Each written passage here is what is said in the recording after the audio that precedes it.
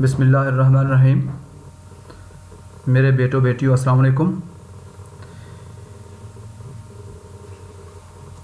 At the end of previous lecture, we were studying marine bony fish, osmoregulation in marine bony fish.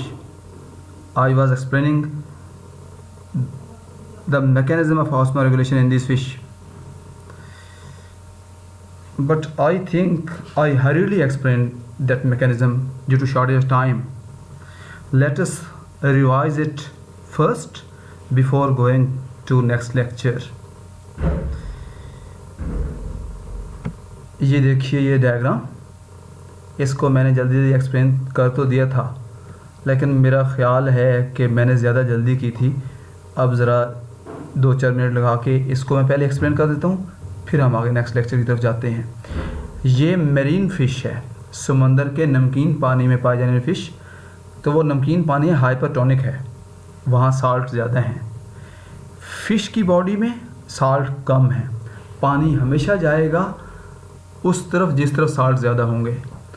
तो फिर इन fish में क्या हुआ, इनका वो पानी जिस्म का बाहर की तरफ जाता रहता है, कम नमक वाला पानी ज़्यादा नमकीन पानी की तरफ। तो ये हमने शो कर दिया है passive loss of water bye gills, यानी एक्टिव ट्रांसपोर्ट नहीं हो रही, पैसिव हो रही है, खुद ब खुद ही बग़ैर एनर्जी यूज़ किए वाटर लॉस हो रहा है। अब जो वाटर लॉस बेशक थोड़ा सा भी हो रहा है, वो इनकी बॉडी का कीमती पानी था जो इनको चाहिए था, लिहाजा उस पानी की कमी पूरी करती हैं। They compensate loss of water by drinking sea water. समंदर का पानी पी लिया इन्होंने, समंदर का पानी पी लिया, इनका जो पानी कम हो गया था वो कमी इनकी पूरी हो गई, पानी अब इनको मिल गया। लेकिन पानी के साथ साल्ट भी तो अंदर आ गए।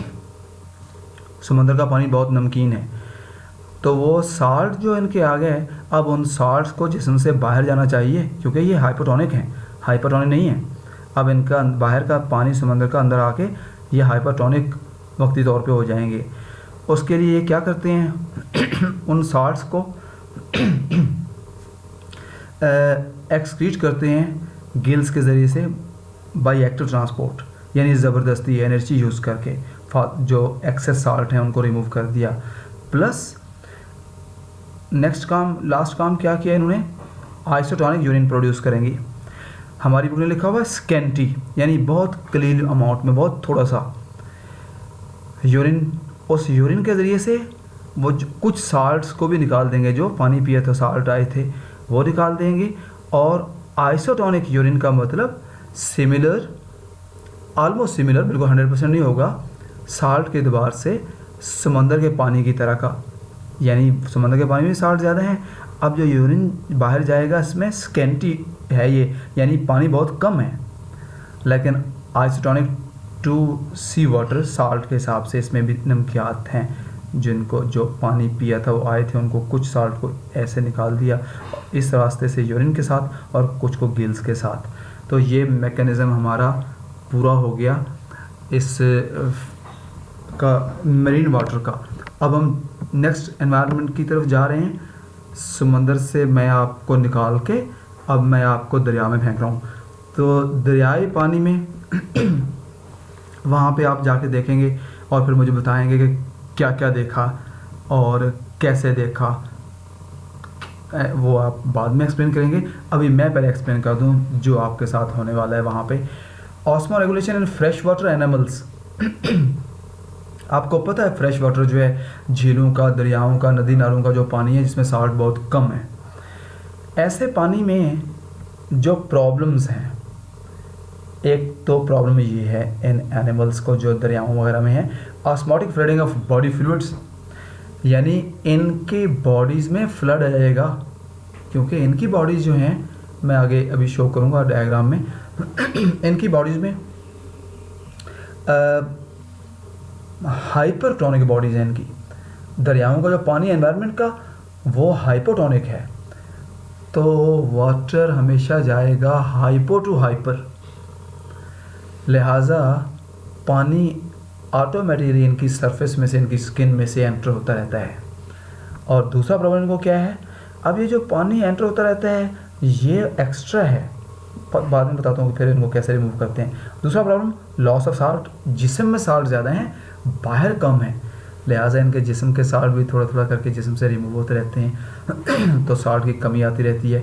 ये दोनों प्रॉब्लम्स हैं इनको। तो देखते हैं इनके एडेप्टेशंस, यानी इन्होंने अपने आप को कैसे अडाप्ट किया हुआ है, उस माहौल में कैसे ढाला हुआ है। तो पहले ही बात करते हैं फ्रेश वाटर प्रोटोजोआ की। उस वाटर में रहने वाले प्रोटोजोआ फाइलम के एनिमल्स जो हैं, अमीबा है, पैरामीशियम है, ये क्या करते हैं फिर। तो मैं आपको शो करूँ अमीबा की डायग्राम। तो उस डायग्राम में अमीबा पैरामीशियम को अल्लाह ने कॉन्ट्रैक्टाइल वैक्यूल दिया हुआ है। ये एक वैक्यूल हमने शो किया हुआ है, ये वाला गोल दायरा से जो लगाया हुआ है, दिस इज कॉन्ट्रैक्टाइल वैक्यूल। ये क्या करते हैं, बाहर का पानी जो हाइपोटोनिक, ये देखिए हाइपोटोनिक एनवायरनमेंट, ये पानी थोड़ा थोड़ा करके अंदर आता रहता है इन ऑर्गेनिजम्स के, इन सेल्स के साइटोप्लाज्म में। और साइटोप्लाज्म में पानी ज़्यादा नहीं होना चाहिए। जो ही एक्सेस पानी आया उसको साइटोप्लाज्म क्या करता है, उसको भेज देता है इनके कॉन्ट्रैक्टाइल वैक्यूल में। तो कॉन्ट्रैक्टाइल वैक्यूल में फालतू पानी को धकेल दिया गया, वाटर एंटर हुआ, और नंबर 2 पे उस एक्स्ट्रा वाटर को कॉन्ट्रैक्टाइल वैक्यूल में पुश कर दिया गया, धकेल दिया गया। और जब वो भर गया तो अब वो कॉन्ट्रैक्टाइल वैक्यूल मूव करके जाके टकरा जाएगा इनकी सेल मेम्ब्रेन के साथ। ये इनकी सेल मेम्ब्रेन है, सेल मेम्ब्रेन से टकरा गया और फिर वहाँ से फालतू पानी को रिमूव कर दिया गया बाहर एनवायरनमेंट में। इस तरह से ये अपने आप को मेंटेन रखते हैं। प्रोटोजोआ जो हैं फालतू पानी को रिमूव करते रहते हैं, जो ऑस्मोटिक फ्लडिंग हुई थी उसको। अब मैं जा रहा हूँ इसी एनवायरनमेंट में फ़िश और अदर फ्रेश वाटर एनिमल्स, देखते हैं वो कैसे अपना प्रॉब्लम सॉल्व करते हैं। फिश एंड अदर एनिमल्स, ये मैं आपको दिखा रहा हूँ यहाँ पे हल्का सा, ये देखिए इनको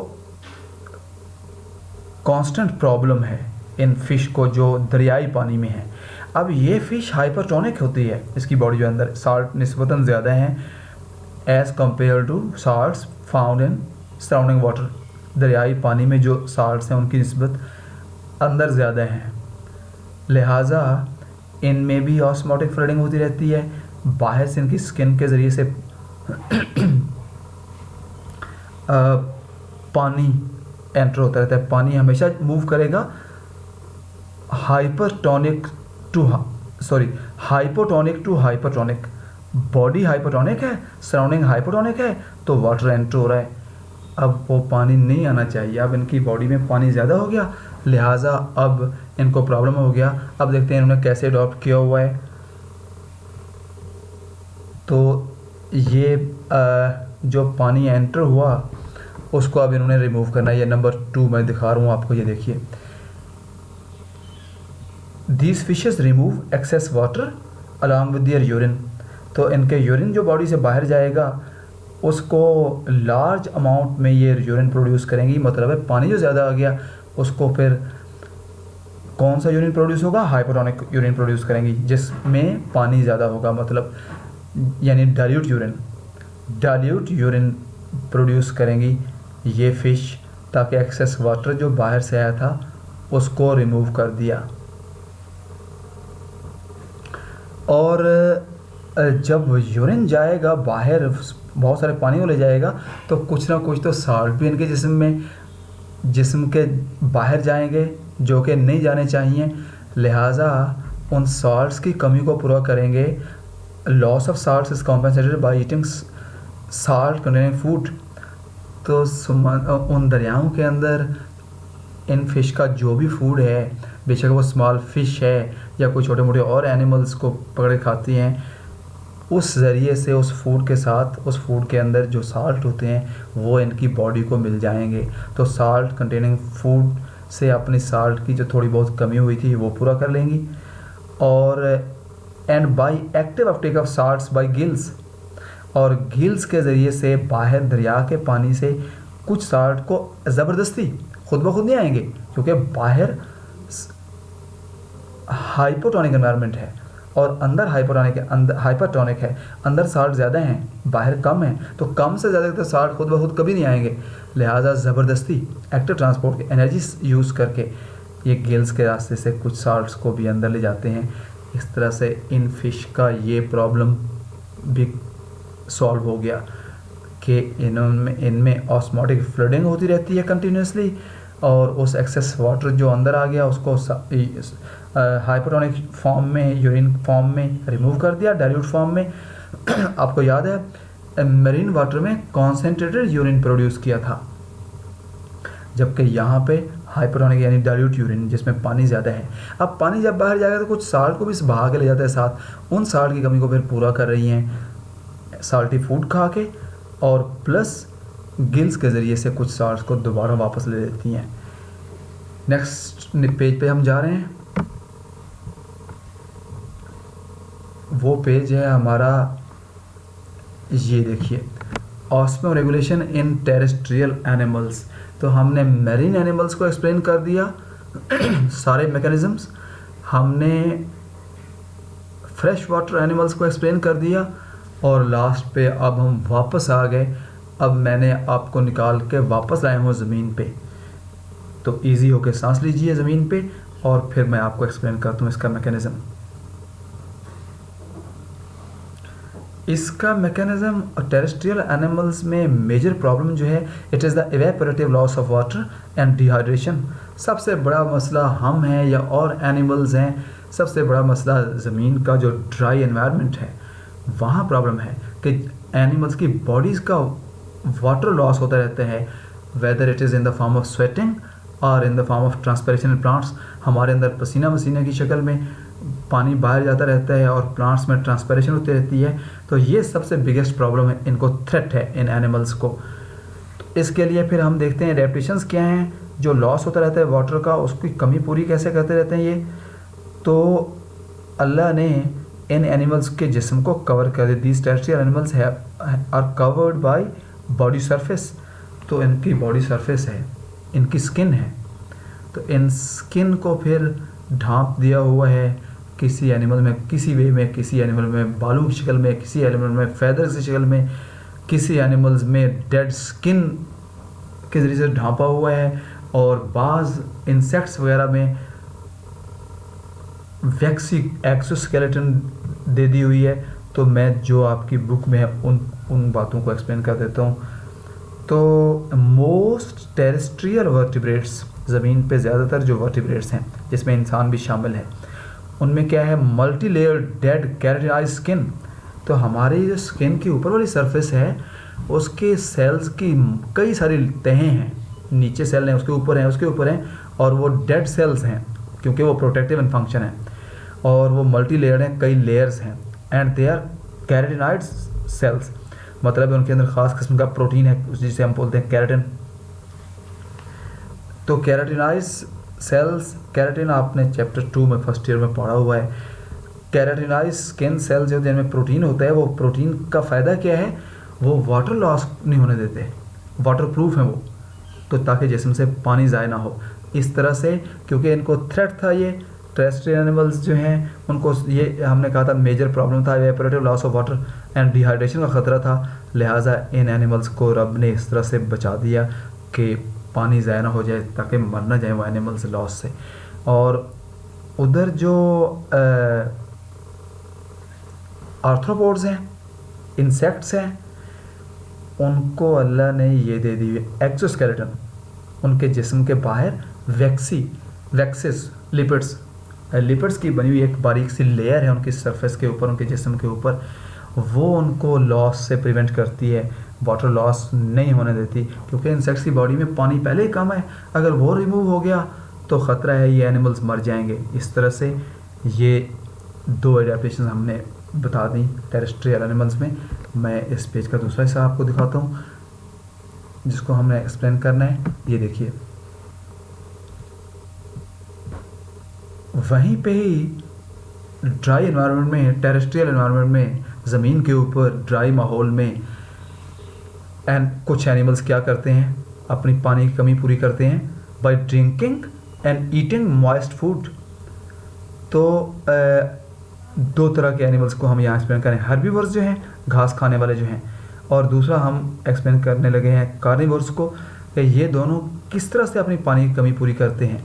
जो हर्बीवर्स हैं they eat branches of plants and leaves of plants, और उन ब्रांचेज में उन लीव्स में जो जूस होता है, जो लिक्विड वाटर होता है, खाना भी मिल गया उनको, साथ वो लिक्विड भी मिल गया, पानी की कमी भी पूरी हो गई।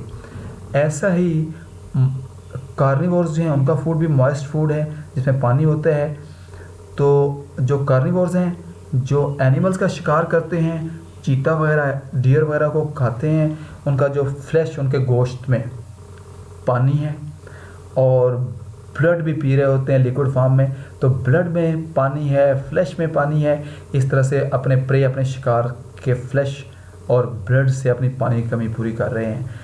नेक्स्ट एडेप्टेशन है ड्राई एनवायरनमेंट में। These animals living in dry conditions they produce concentrated urine. तो कॉन्सेंट्रेटेड यूरिन प्रोड्यूस करते हैं, यानी ऐसा यूरिन जिसमें पानी बहुत कम है। तो क्या हुआ, जब यूरिन प्रोड्यूस होने का मैकेनिज्म हो रहा था इनकी किडनीज में, तो urine before going out of the body, वहाँ पे उस यूरिन में से इनकी किडनीज जो हैं, इनकी नेफ्रॉन्स जो हैं, they reabsorb most of the filter water.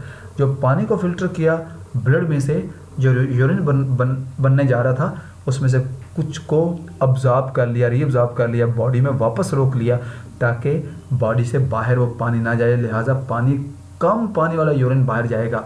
That urine is called concentrated urine. तो पानी इस तरह से बॉडी में कंजर्व हो गया, बच गया। इस टॉपिक की लास्ट बात करते हैं।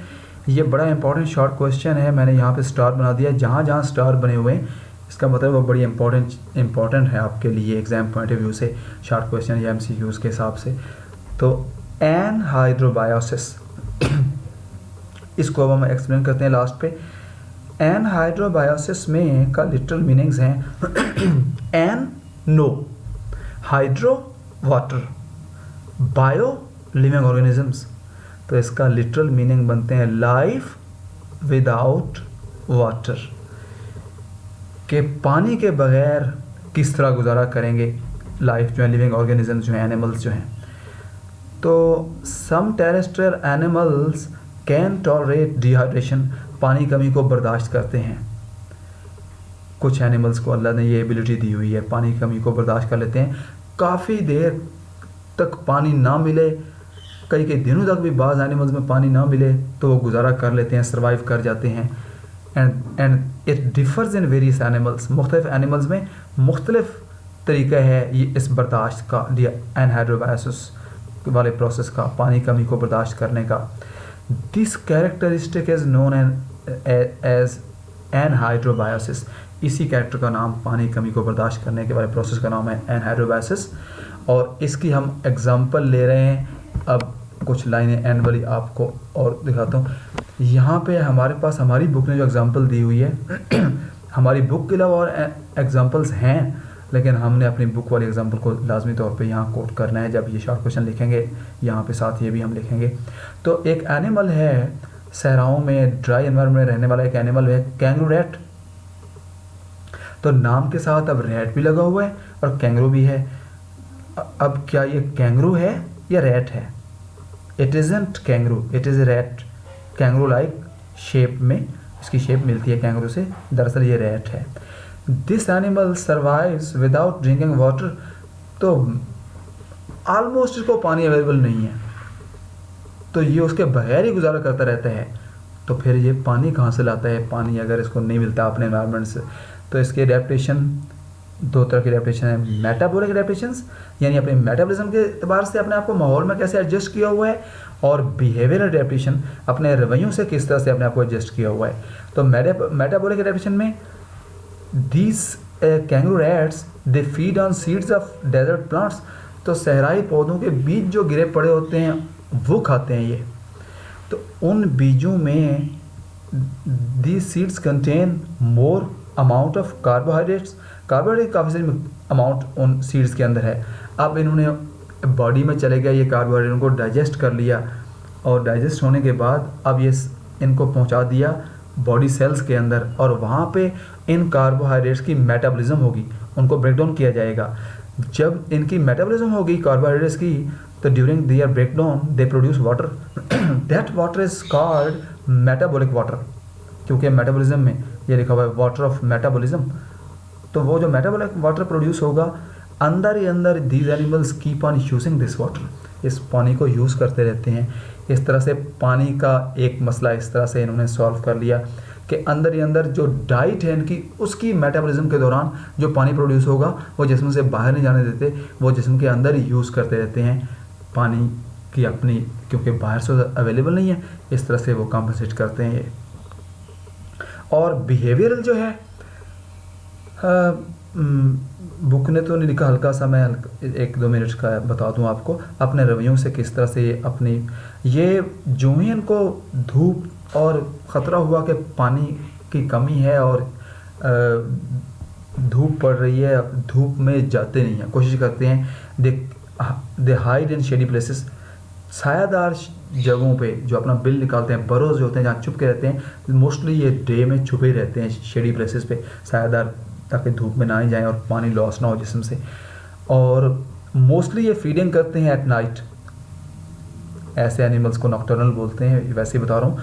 तो ये रात को खाने के लिए निकलते हैं, सहराई एनिमल्स अक्सर रात को निकलेंगे, दिन में छुपे रहेंगे और रात को फिर अपना शिकार करेंगे और अपनी ग़िज़ा तलाश करेंगे।